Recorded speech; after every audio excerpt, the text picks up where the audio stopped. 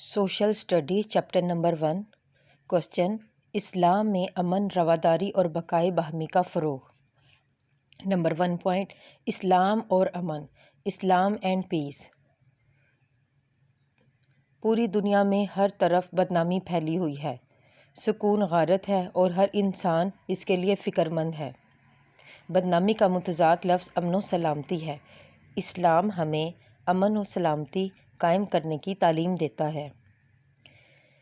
اسلام ہمیں ڈاکہ ڈالنے، دہشت گردی، بدنامی اور آپس میں دشمنی کی سختی سے ممانعت کرتا ہے، یعنی منع کرتا ہے، اور اسلام کہتا ہے جو ایسا کرے گا اس کی سزا قتل، سولی یا جلا وطن ہے، تاکہ معاشرہ ایسے عناصر سے پاک ہو۔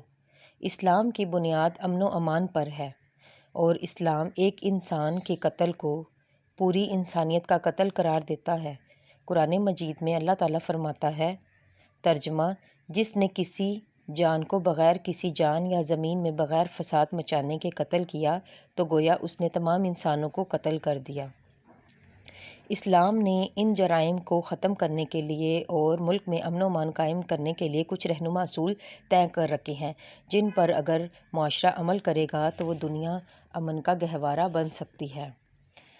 اصول نمبر 1، اسلام یہ بتاتا ہے کہ اگر دنیا میں امن و سکون چاہتے ہو تو ایک اللہ تعالیٰ پر ایمان لے آؤ، اپنی اصلاح کرو، اچھے کام کرو، اور قرآن مجید میں بھی اس کا بار بار ذکر کیا گیا ہے۔ ایمان اور امن دونوں ایک دوسرے کے لیے لازم و ملزوم ہیں۔ دنیا میں ایمان کے بغیر امن کا قیام ناممکن ہے۔ نمبر 2 اصول قیام امن کا دوسرا اسلامی اصول ہے کہ عبادت صرف اللہ تعالیٰ کی ہونی چاہیے، اس میں کسی طرح کی ملاوٹ نہیں ہونی چاہیے، اور اللہ تعالیٰ قرآن مجید میں فرماتے ہیں جو لوگ ایمان لائے اور انہوں نے اپنے ایمان کو ظلم سے نہیں ملایا، یہی وہ لوگ ہیں جن کے لیے امن ہے اور وہی ہدایت یافتہ ہیں۔ اصول نمبر 3، امن و امان کے قیام کے لیے اسلام نے تیسرا اصول یہ بتایا ہے کہ انسانی سماج میں اخوت و ہمدردی اور بھائی چارے کو فروغ دیا جائے۔ ہر شخص دوسرے کا خیر خواہ ہو، اس کی عزت و آبرو کا محافظ ہو۔ اللہ تعالیٰ کے آخری نبی حضرت محمد صلی اللہ علیہ وسلم کا فرمان ہے، تم میں سے کوئی شخص ایمان والا نہیں ہو سکتا جب تک وہ اپنے بھائی کے لیے بھی وہی چیز پسند نہ کرے جو اپنے لیے پسند کرتا ہے۔ اس اصول کی روشنی میں جب معاشرے کا ہر فرد اپنے پڑوسی اور اپنے ہم وطن بھائی کے لیے خیر اور بھلائی کا جذبہ رکھے گا تو فتنہ، فساد، خانہ جنگی، دہشت گردی خود بخود ختم ہو جائے گی، پورا معاشرہ اور پورا ملک امن و امان کا گہوارہ بن جائے گا۔ اسلام نے جرائم کو جڑ سے ختم کرنے کے لیے جو سزائیں تجویز کی ہیں وہ دیکھنے میں تو بڑی سنگین اور حقوق انسانی کے خلاف نظر آتی ہیں، لیکن ان جرائم بہت زیادہ آج کل بڑھ گئے ہیں اور بہت سنگین نوعیت کے ہیں، جس کی وجہ سے اس نے ثابت کر دیا ہے کہ ان کو ختم کرنے کے لیے اسلامی قانون بہت ہی اہم ہے۔ اگر ہم قتل و غارت، ڈاکہ زنی، دہشت گردی ان سب کو ختم کرنا چاہتے ہیں تو ہمیں اسلام کے بتائے ہوئے اصولوں کو اپنانا ہوگا۔ اسلام اور مذہبی رواداری۔ اسلام مذہبی رواداری پر یقین رکھتا ہے اور دوسروں کے عقیدوں، اقدار، جذبات، تہذیب اور ثقافت وغیرہ کا بھی خیال رکھتا ہے۔ رواداری کے تعلق سے قرآن مجید کا سب سے بنیادی اصول یہ ہے کہ دین میں کوئی جبر نہیں ہے، یعنی کسی کے لیے جائز نہیں ہے کہ وہ اپنی مرضی کے فکر اور عقیدے کو دوسروں پر مسلط کرنے کی کوشش کرے۔ ہر فرد کو یہ اختیار ہے کہ وہ اپنی مرضی کے مطابق جس نظریے کو بھی چاہے اختیار کرے اور جس کو چاہے رد کر دے، اور یہ اللہ تعالیٰ کی ذات ہے جو قیامت تک اس کا محاسبہ کرے گی، اور اس بنیاد پر ایسے کسی بھی شخص کے ساتھ برا اور غیر اخلاقی طرز عمل اختیار نہیں کیا جا سکتا، اور اسے بنیادی انسانی حقوق سے محروم نہیں کیا جا سکتا۔ اللہ تعالیٰ کا ارشاد ہے، ترجمہ: اللہ ہمارا بھی رب ہے اور تمہارا بھی رب ہے، ہمارے لیے ہمارے اعمال ہیں اور تمہارے لیے تمہارے اعمال، ہمارے اور تمہارے درمیان کوئی جھگڑا نہیں، اللہ ہم سب کو جمع فرمائے گا اور اسی کی طرف سب کو جانا ہے۔ اور زندگی گزارنے کا جو طریقہ حضرت محمد صلی اللہ علیہ وسلم سے پہلے بھی انبیاء اسلام کا تھا اور بعد میں بھی آنے والی تمام انسانیت کا ہے، وہی رہے گا۔ اسی لیے اسلام کی تبلیغ اور اشاعت کے لیے دنیا میں نبیوں کا اتنا لمبا سلسلہ قائم کیا گیا۔ وہ دین جو ہمیشہ سے سارے انبیاء کرام کا ہے، اور یہی اللہ تعالیٰ کا پسندیدہ دین بھی ہے، اور رواداری کا یہ ہمیں درس بھی دیتا ہے۔ اللہ تعالیٰ کا ارشاد ہے، ترجمہ: بے شک دین اللہ کے نزدیک صرف اسلام ہے۔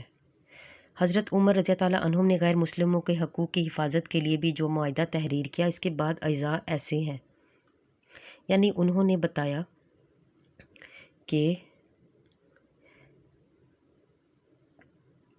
یہ امان جان، مال، گرجا، صلیب، تندرست، بیمار اور ان کے تمام اہل مذہب کے لیے ہے۔ نہ ان کے گرجا گھر میں سکونت اختیار کی جائے گی، نہ وہ ڈھائے جائیں گے، نہ ان کے احاطے کو نقصان پہنچایا جائے گا، نہ ان کی صلیبوں اور ان کے مال میں کمی کی جائے گی۔ مذہب کے بارے میں ان پر کوئی جبر نہیں کیا جائے گا، نہ ان میں سے کسی کو نقصان پہنچایا جائے گا۔ کچھ غیر مسلموں نے حضرت علی کرم اللہ وجہہ سے ان کی گورنر عمرو بن سلمہ کی سخت مزاجی کی شکایت کی، تو حضرت علی کرم اللہ وجہہ نے گورنر کو لکھا، مجھے معلوم ہوا ہے کہ تمہارے علاقے کے غیر مسلموں کو تمہاری سخت مزاجی کی شکایت ہے، اس میں کوئی بھلائی نہیں ہے، نرمی اور سختی دونوں سے کام لو، لیکن سختی ظلم کی حد تک نہ پہنچ جائے، ان کے خون سے اپنا دامن محفوظ رکھو۔ اسلام اور بقائے باہمی۔ بقائے باہمی کا مطلب ہے کہ دوسرے انسانوں کے ساتھ امن و امان، باہمی صلح اور محبت کے ساتھ رہنا ہے۔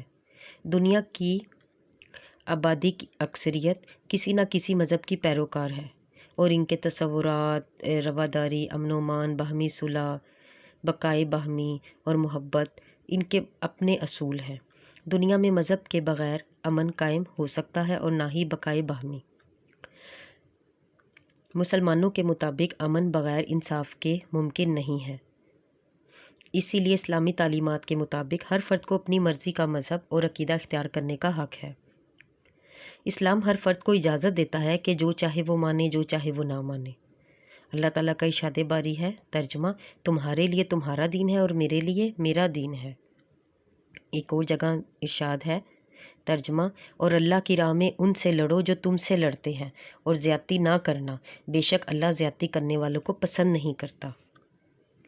حضرت محمد صلی اللہ علیہ وآلہ وسلم نے خطبہ حجۃ الوداع کے موقع پر فرمایا، اے لوگوں، بے شک تمہارا رب بھی ایک ہے اور تمہارا باپ بھی ایک۔ آگاہ رہو، کسی عربی کو کسی اجمی پر، کسی اجمی کو کسی عربی پر، کسی گورے کو کسی کالے پر اور کسی کالے کو کسی گورے پر کوئی فضیلت حاصل نہیں، فضیلت کا معیار صرف تقویٰ ہے۔